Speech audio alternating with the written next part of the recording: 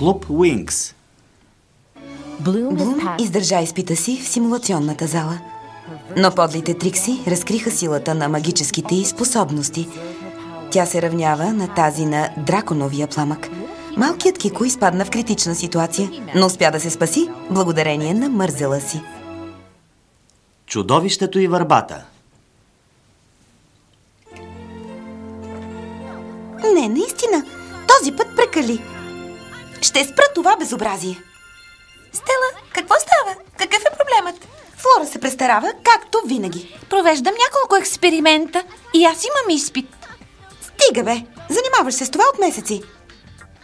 Ще използвам силата на цветята, за да се преборя с злите магии на вещиците. Какво му е лошото? Какво му е лошото ли? Ако не си забелязала, стаята ти се е превърнала в химическа лаборатория. Блум ми разреши. Освен това, обеща да ми помогне. Издържах си изпита, така че... Да, изпитът. Хей! Надвих Айси, Дарси и Сторми. Не беше лесно. Знам, извинявай, Блум. Не се тревожи. Всички сме изнервени. Да не се тревожа? Ела да видиш моята стая. Ето, разреших на Флора да нареди цветята си на прозореца ми, защото се нуждаели от много светлина, но тя ги пръсна навсякъде. И тази мелмоза варикоза... Мимоза венитоза. Все едно. Важното е, че е плесна точно пред огледалото ми, Блум. Пред огледалото ми. Естествено. Те се нуждаят от отразена светлина. Огледалото ти е огромно. Смяташ, че това е естествено? Какъв е проблемът? Те обличат дрехите ми. Да, много са суетни. Не ми пука какви са. Накарай ги да престанат. О, дрехите ми. Блум, прекрасните ми дрехи. Стела, не е толкова страшно. Страшно е. Съсипаха ми гардероба. Използват дори гримовете ми. Погледни ги. При това нямат никакъв вкус. Цветовете не си подхождат. Какво искаш? Нали са растения? Техна не се оплаква.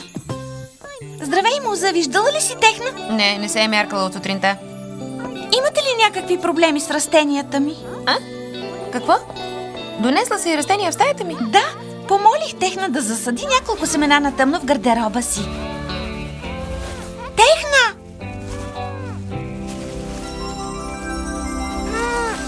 Крайно време беше. Отворих да си взема панталони. Това отвратително нещо ме сграбчи. Муза цял ден е била там. Не си ли забелязала? Нямам навика да се ровя в чужди гардероби. Добре, ще се оправя. Но бих искала да знам какви бяха тези семена. Ами, това са 3 тесъта. 3 тесъта? Страшно силно стискащи. Какво? Не очаквах, че ще порасна толкова бързо. Кълнат и се нямах представа. Добре, Техна, не губи самообладание. Поеми дълбоко дъх и запази спокойствие. Техна, съжалявам.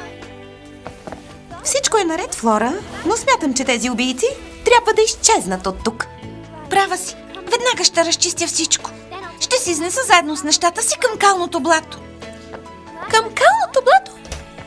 Стаите в Алфея не са подходящи за моите експерименти. Не можеш да се изнесеш в блатото. Познавам това място. Ужасно е. Не искаме да ходиш там. Нали? Момичета, това дали е или не? Не мога да повярвам. Флора иска само да се подготви за изпита си. Блум, всички учим. Но докато учим, не разкъсваме дрехите, нито се опитваме да я задушим. Стига, момичета, не бъдете толкова строги.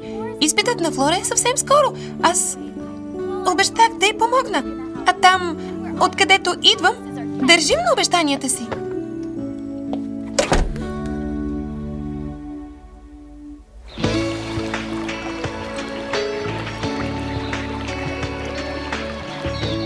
Още не мога да повярвам. Не съм си помислила, че ще ме придружите до тук. Нито пък аз. Не можехме да те оставим да дойдеш сама. Понякога са заедливи и нацупени, но те обичат. Надявам се, че няма да стоим дълго. Ако ми помогнете да открия вълшебното цвете, изобщо няма да се бавим. Виждате ли? Това е веселата гладиола. Красиво цвете. Но смяташ ли, че ще го намерим тук? Разбира се, екосистемата в това блато е изключително подходяща. А за какво ти е всъщност? Ароматът на веселата гладиола унищожава магията за тъга на вещиците.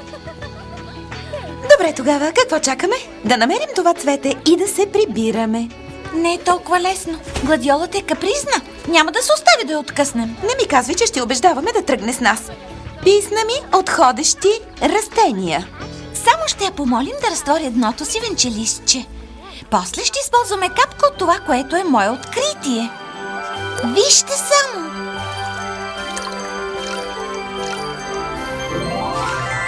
Много бързо. Мога да създам безкрайно количество нови цветове. Страхотно е! Бързо да се залавяме за работа. Кико, ти стой тук. Блатото не е най-доброто място за разходки. Може ли аз да остана? Няма да се мотая, обещавам. Стела, моля те, не започвай от сега да се оплакваш. Кой се оплаква? Зададох само един прост въпрос. После се връщаме в Алфея, нали? Стела! О, не! Защо блатата са толкова? Блатни. Не се нуждая от коментарите ти, муза. Забрави тоалета си, за Бога. Това е калното блато. Не е моден подиум. Какво значение има? Една Уинкс винаги трябва да е Уинкс и... Стела! Ето там е. Стела, добре ли си? Не съм добре. Уморена съм и съм мръсна. Краката ми се подуха от толкова ходене. Поне да бяхме намерили цветето. Тихо, тихо. Не, отказвам да мълча. Обещахте, че бързо ще го открием и ще... Виж, Стела, там, до водата.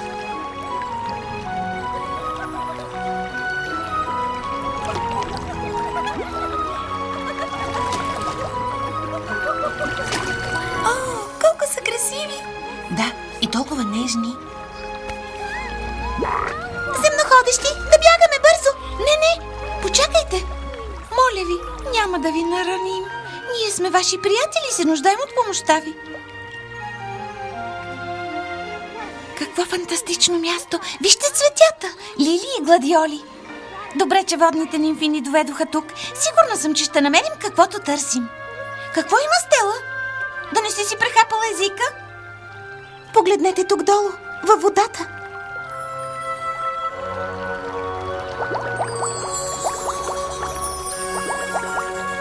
Това е миниатюрен град. Великолепно! Нимфите живеят в мехурчета под листата на водните лилии. Не бихме искали да ви обидим, но имаме малък проблем. Не можем да ви поканим в своя дом. Доста сте големи и мястото не стига. Но нашата царица пожела да се срещне с вас. Последвайте ни! Много се радваме да ви видим тук. Не посрещаме често гости. Благодарим ви за гостоприемството, ваше... Дали трябва да кажа нисочество вместо височество? Величество! Опитай с ваше величество! Сигурно дълго сте пътували, изглеждате уморени. Да ви предложим ли нещо? Бихме искали само да докоснем цвета на една весела гладиола. Може ли? Разбира се, че може. И аз се прекланям пред природата. Невероятно е, че никой нищо не знае за вас. Не се набиваме на очи, знаем къде да се скрием, когато е необходимо. А и малцина идват насам. Има си причина. Сигурно сте чули за голямото чудовище на Черния остров. Какво? Наблизо има чудовище? Да, за нещастие. Ако погледнете натам, зад мъглявината, ще видите остров в самия център на блатото. И в дълбоката подводна пещера на острова се крие това ужасно същество. То е огромно, зловещо и плаши до смърт моите нимфи. Защо не се преместите на друго място? Защото животът ни зависи от растението ксилит, което вирее само на острова.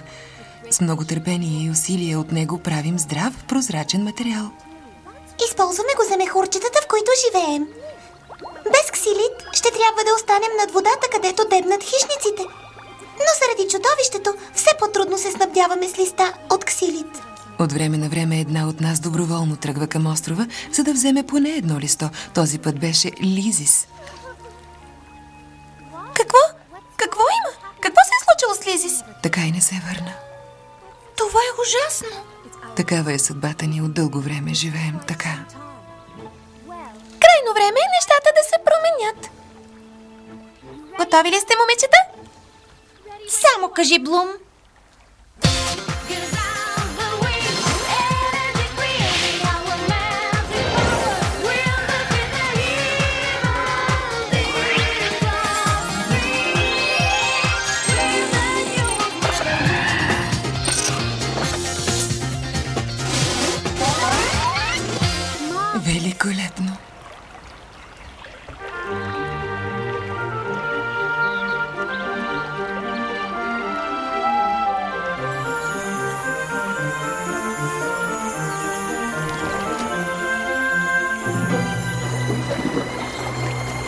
Чувате ли нещо?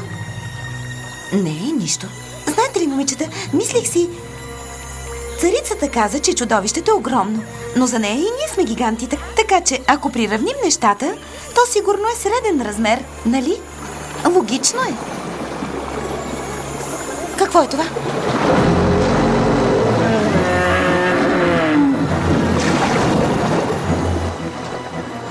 Майче, май си отиде. О, не! О, не! Не!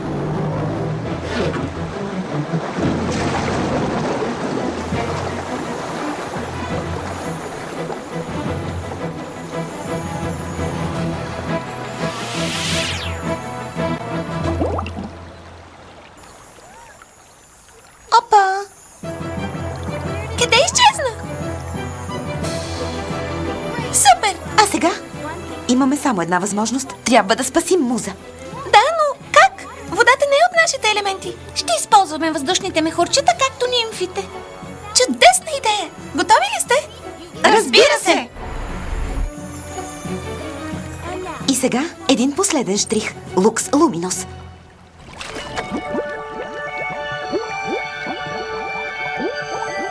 Виждате ли нещо? Ето тук, на дъното. Прибра се в пещерата. Да вървим.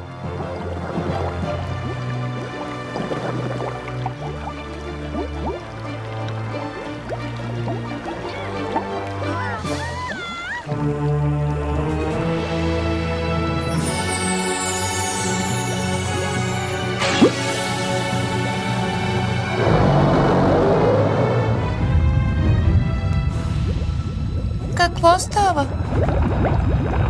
Трябва да си измъкнем от тук. Бързо!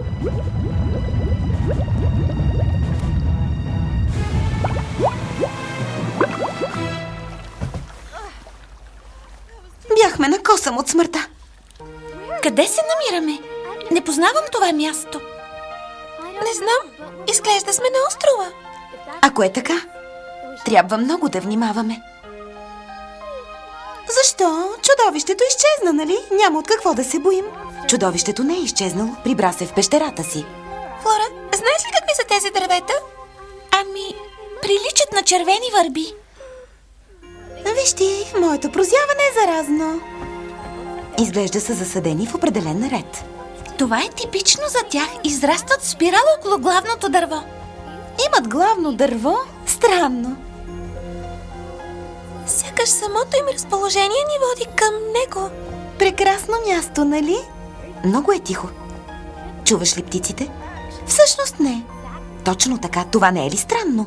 Не го намирам за странно. О, какъв вълшебен аромат! Усещам го. По-добре да анализирам състава му.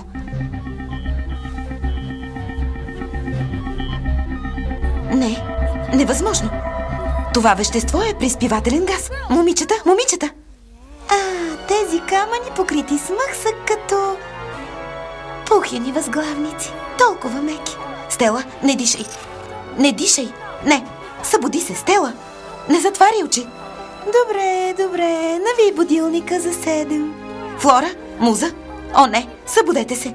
Не се унасяйте в сън, моля ви. Стига, Техна, толкова сме уморени. Да, остави ни на мира. Техна, Блум. трябва да остана будна. Погледни натам, Техна. Мисля, че е главното дърво. Онова, за което Флора спомена. Виж, ливадата. Всички животни спят. И там под върбата сигурно е малката Лизис. Блум, Съжалявам, Техна. Аз... ще направя кислороден балон. С малък отвор, за да излиза лошия въздух. Благодаря, Техна. Блум завърна се от страната на сънищата. От върбата е. Този убийствен аромат идва от върбата. Тогава да се залавяме за работа.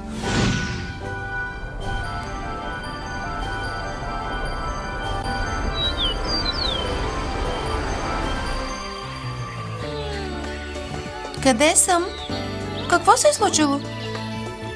Загасете лампата. Будилникът не е извънял.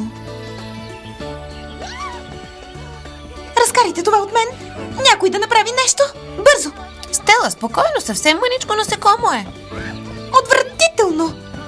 Получи се. Май всички вече са будни. Да, и не само те. Огледай се. И животните се пробуждат. Пак сме на линия, момичета. Супер, помогнете ни да направим балона по-голям.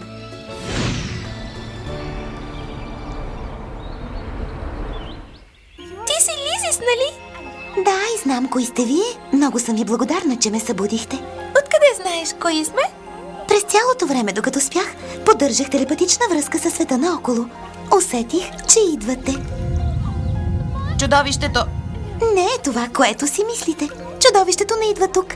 То е тук. Извинявай, не те разбирам. Ще се опитам да ти обясня. Ние сме върху чудовището. Нали ти казах, че докато спях, бях във връзка с това място. И така открих истината.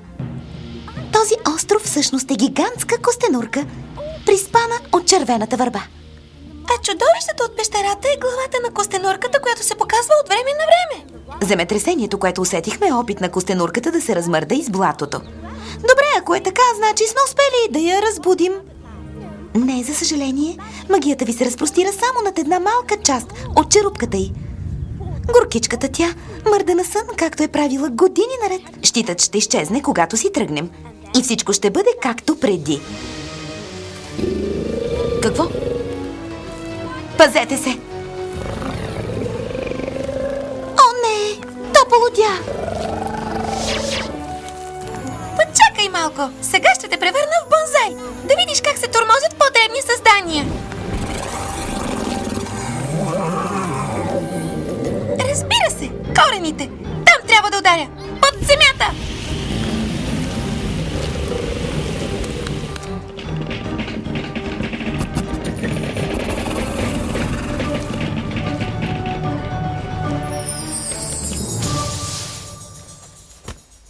Успяхме! Освободихме костенурката от магията. Още една победа на уинксите. И въздухът отново е чист. Чувате ли този прекрасен звук? Песента на птиците вече ги чувам. Не, приятели, говоря за по-силен звук. Звукът на пробуждащата се природа. Как бихме могли да ви се отблагодарим? Върнахте ни скъпата Лизис и ни освободихте от страха и кошмарите. Между другото, чудовището, т.е. костенурката, какво ще прави сега? Погледнете натам, в блатото. Движи се. Не е като скутер, но се движи. Вече е свободна и поема по пътя, който животът е начертал. А вие какво ще правите? Ксилит вирее само върху черупката на костенурката. Преди да си тръгне, тя ни позволи да наберем колкото листа пожелаем. За сега всичко е наред. Опитахме се да отглеждаме Ксилит, но за съжаление не става. Рано или късно запасите ни ще свършат. Щом такава е волята на майката природа. Чакайте малко. Дори майката природа може да се възползва от някои малки хитрини. Флора, какво търсиш? Моята формула за бърз растеж. Помните ли вълшебните капки? Гледайте, Ваше Величество.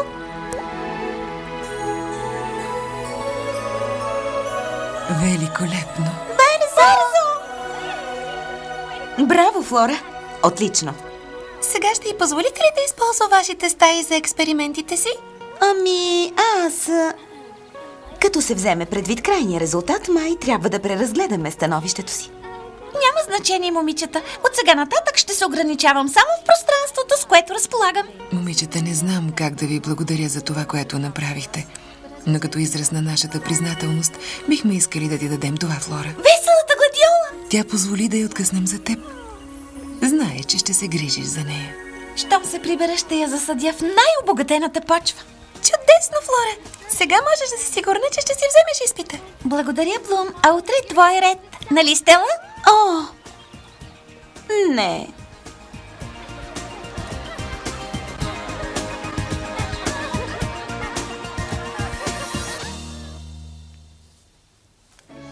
Следващия епизод. Наближава конкурсът Мис Магика. Ще участва ли Стела? Вещицата Луси ще отпадне ли от надпреварата? Регламентът забранява използването на магически сили. Празненството отново ще се провали, но веселбата е гарантирана.